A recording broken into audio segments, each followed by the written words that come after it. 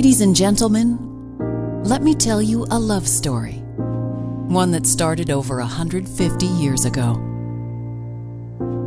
A love story that changed the world forever. This love story started with two people in 1829. William, who was born on April 10th in Nottingham, England, and Catherine in Ashbourne, Derbyshire on January 17th. The first love interest in each of their lives was the love of Christ. William found this love in 1844 and Catherine in 1846. In 1851, William and Catherine met and fell in love. After 4 years of courting, that's dating for you younger folks, they were wed, creating a love affair for the ages. A woman ahead of her time, Catherine authored Female Ministry, which was published in 1859. The love of Christ burned in her heart. Catherine was a proactive, no-nonsense woman, a trendsetter of her time. She brought a female perspective to the ministry, then named Christian Mission 150 years ago. It was around the same time we Americans fought for the love of all people in the Civil War. That same year, William and Catherine heeded the call to open the Christian Mission in East London. They soon found that you can't speak to someone about their soul if they're hungry, if they don't have shelter, if they need clothing. Hence, the Salvation Army Social Services program that is well known throughout the world today began as a means to help people and to share the good news of the gospel. In 1873, the typewriter was invented, so those with bad handwriting could send love letters. In 1876, Mr. Bell gave us the telephone so we could call each other and share our feelings of love without anyone knowing we were blushing. In 1877, the first Wimbledon tennis championship was played, and the word love was used instead of 30 love. In the same year, electric streetlights were turned on in London. The Christian Mission was renamed the Salvation Army. The love of the people of this army began to grow. The first edition of the War Cry hit the street in 1879, proclaiming the need to help those living on the streets in the midst of poverty and despair. This publication now has an international presence. That same year, realizing that they were an army by name and their publication was a well-received publication, the War Cry, it was decided to take the next step in creating this unique army by designing a uniform. This proved to be a brilliant step towards structure and discipline to the newly formed organization. This was also the same year that the love of the Army crossed the ocean, when Eliza Shirley opened a Salvation Army factory in, you guessed it, the city of brotherly love, Philadelphia.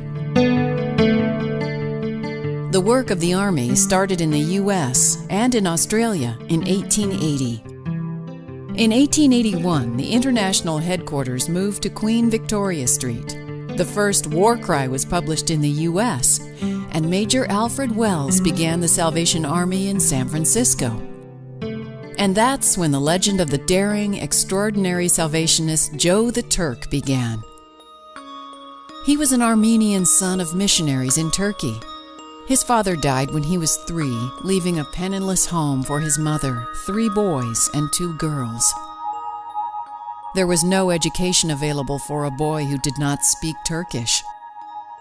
After Joe discovered a missionary school from America that had no students, he became the recruiter and filled the school with kids from the street. He was just 7 years old. Eventually, Joe decided to join his brother in America. He spent 13 months in New England learning English, then headed to California. That is where he became the walking terror of Berkeley. Even the hoodlums feared him. He was strong, mean, and angry. He had lost his love for God, but God had not lost his love for him. Joe found Christ again thanks to John Millsaps of the Salvation Army. Joe the Turk put all his skills into his ministry.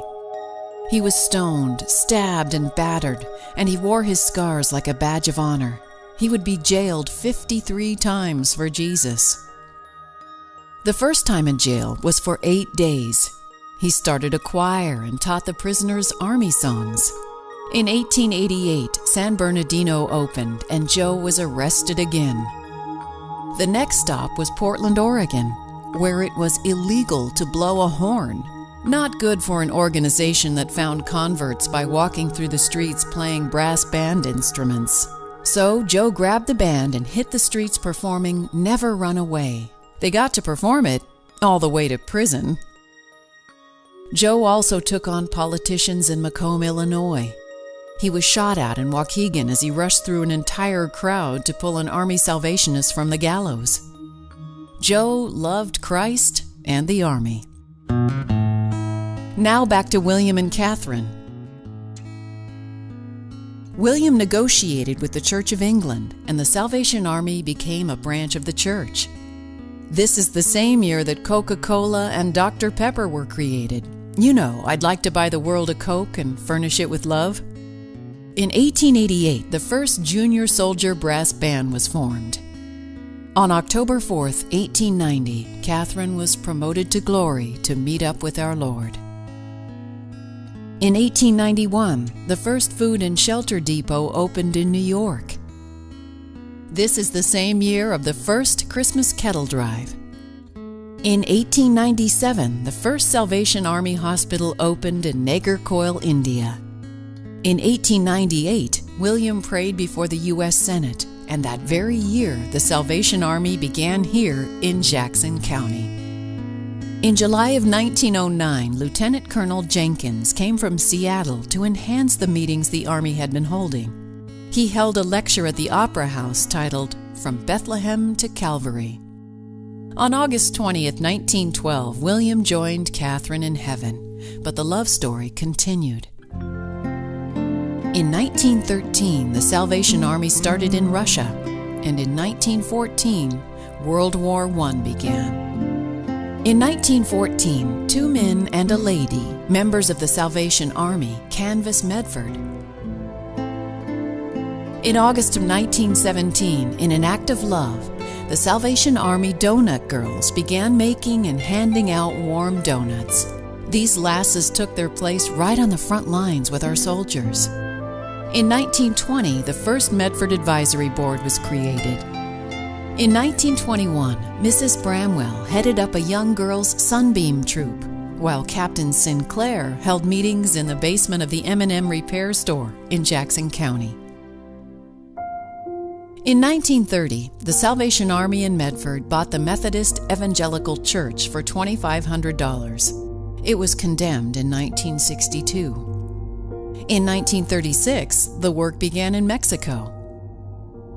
In 1938, Captain Eunice Guillot talked about the Salvation Army on TV. In 1941, the international headquarters were destroyed in the bombings of World War II, and the Army initiated the formation of the USO. 30 Salvation Army officers served as chaplains in the armed forces of World War II in 1943. The Medford Shelter, now Hope House Transitional Living Center, opened in 1952. In 1955, Congress put "In God We Trust" on U.S. currency. The same year, the Salvation Army began the radio program Heartbeat Theater and expanded the emergency disaster services to include mobile kitchens and canteens. In 1962, the Salvation Army began in Puerto Rico, and the Salvation Army in Medford moved to its current location on Beatty Street in Liberty Park. The Catherine Booth College opened in 1982. The Second International Youth Conference was held in Illinois in 1985. In 1992, national headquarters moved to Alexandria, Virginia. In 1995, all married women officers were granted rank in their own right. As the Salvation Army had been on the forefront of all major disasters across the world, September 11th was no exception. One of the first response teams to arrive on site and the very last to leave at cleanup completion. The Army offered food, shelter, first aid, and counsel. Whether heading to Nepal or helping one person in Jackson County, the Salvation Army is set on doing the most good. Locally, the Salvation Army offers church services as well as weekly programs, including an after-school program. Social services are provided for those in need without discrimination, offering hope, dignity, and love. Hope House provides a transitional living program for veterans, families, single women, and men. Jackson County, part of the love story started so long ago. Today, the Salvation Army worldwide serves in more than 127 countries and preaches the gospel of Jesus Christ in over 160 languages. We celebrate today this love story, one that's lasted 150 years.